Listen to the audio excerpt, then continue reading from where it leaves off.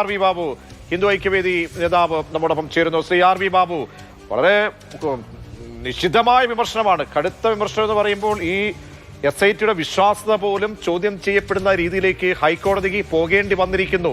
പല മത്സ്യങ്ങളും വല പൊട്ടിച്ച് പോയി എന്ന് നമ്മൾ സംശയം പ്രകടിപ്പിച്ച അതേ കാര്യങ്ങൾ കോടതി ഉന്നയിക്കുകയാണ്. അതിൽ ഈ പത്മകുമാറിന്റെ കാലത്തെ 2 ദേവസ്വം ബോർഡ് അംഗങ്ങൾക്കും ഉത്തരവാദിത്തമില്ലേ എന്ന ചോദ്യം എത്രത്തോളം പ്രസക്തമാണ്? അല്ല, നമ്മൾ ഇതിനു മുൻപും ഈ വിഷയത്തെ കുറിച്ച് സംസാരിച്ചപ്പോൾ അന്നും ഞാൻ ഈ കാര്യം അന്ന് പറഞ്ഞിരുന്നു.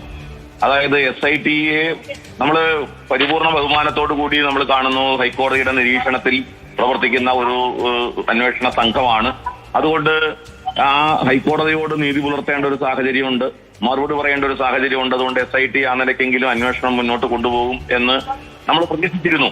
പക്ഷെ അപ്പോൾ പോലും SITക്ക് സർക്കാരിന്റെ മേലിൽ നിന്നുള്ള സമ്മർദ്ദം അതിജീവിക്കാൻ കഴിയുമോ, അതിന് തക്ക രീതിയിലുള്ള ആർജവമുള്ള ഒരു സംഘമാണോ ഈ ഒരു സംഘം എന്നുള്ളതിനെ സംബന്ധിച്ച് ഞങ്ങൾക്കൊക്കെ സംശയം അന്നേ ഉണ്ടായിരുന്നു. ആ സംശയം ഞങ്ങൾ പരസ്യമായി പറയുകയും ചെയ്തിരുന്നു. അപ്പൊ ഇപ്പോ ഹൈക്കോടതി തന്നെ നേരിട്ട് SITയുടെ ഈ എന്താ പറയുക, ഒരു നിരുത്തരവാദപരമായ നിലപാടിനെ വലിയ തോതിൽ വിമർശിച്ചു എന്ന് പറഞ്ഞാൽ നമ്മുടെ കാഴ്ചപ്പാട് തന്നെ ശരിയായിരുന്നു എന്നാണ് മനസ്സിലാക്കാൻ.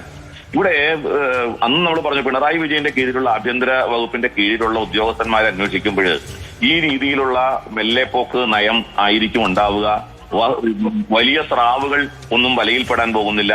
ഈ ഉദ്യോഗസ്ഥ തലത്തിലെ ചില ആൾക്കാരെ മാത്രം അറസ്റ്റ് ചെയ്ത് ജയിലിലടച്ച് അതിനപ്പുറത്തേക്ക് പത്മകുമാറിനപ്പുറത്തേക്കുള്ള ഒരു അന്വേഷണം പുറത്തേക്ക് പോകില്ല എന്നുള്ളതൊക്കെ അന്നേ നമ്മൾ കണക്കാക്കിയിരുന്നു. അത് തന്നെ സംഭവിച്ചിരിക്കുന്നു.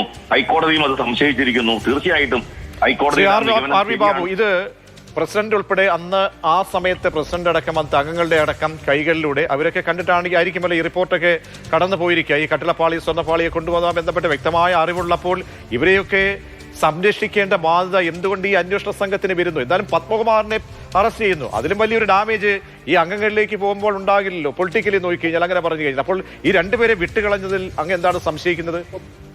അല്ല, ഈ പത്മകുമാറാണ് ഏറ്റവും വലിയ സ്രാവ് എന്നൊന്നും നമ്മൾ കരുതണ്ട. പത്മകുമാറിന് അപ്പുറത്തേക്കുള്ള വലിയ സ്രാവുകൾ ഉണ്ട്. അത് രാഷ്ട്രീയ തലത്തിൽ തന്നെയുള്ള സ്രാവുകളാണ്. ഇത് അതുകൊണ്ട് നമ്മൾ പറഞ്ഞു, പത്മകുമാറിന്റെ ഡിസിഷൻ അല്ലെങ്കിൽ CPM നിയോഗിക്കുന്ന ആ മേഖലയിൽ പ്രവർത്തിക്കുന്ന ആളുകളൊക്കെ CPM അറിയാതെ ഒരു ഡിസിഷനും ആ മേഖലയിൽ എടുക്കില്ല. അത് ദേവസ്വം ബോർഡാകട്ടെ, വഖഫ് ബോർഡാകട്ടെ, ഏത് ബോർഡിലായാലും CPM എടുക്കുന്ന നിലപാടുകളിൽ അവരുടെ അഭിപ്രായം അനുസരിച്ചേ അവർ ഭരിക്കൂ. നയപരമായ തീരുമാനങ്ങൾ CPMന്റെ തീരുമാനമാണ് അവരോട് നടപ്പാക്കുക. അപ്പോ ഈ സ്വർണ്ണപ്പാളി അടക്കം പോയതില് CPMന്റെ രാഷ്ട്രീയ നേതൃത്വം അറിഞ്ഞുകൊണ്ടേ പോകൂ എന്നുള്ള കാര്യത്തിൽ ഞങ്ങൾക്കാർക്ക് സംശയമില്ല.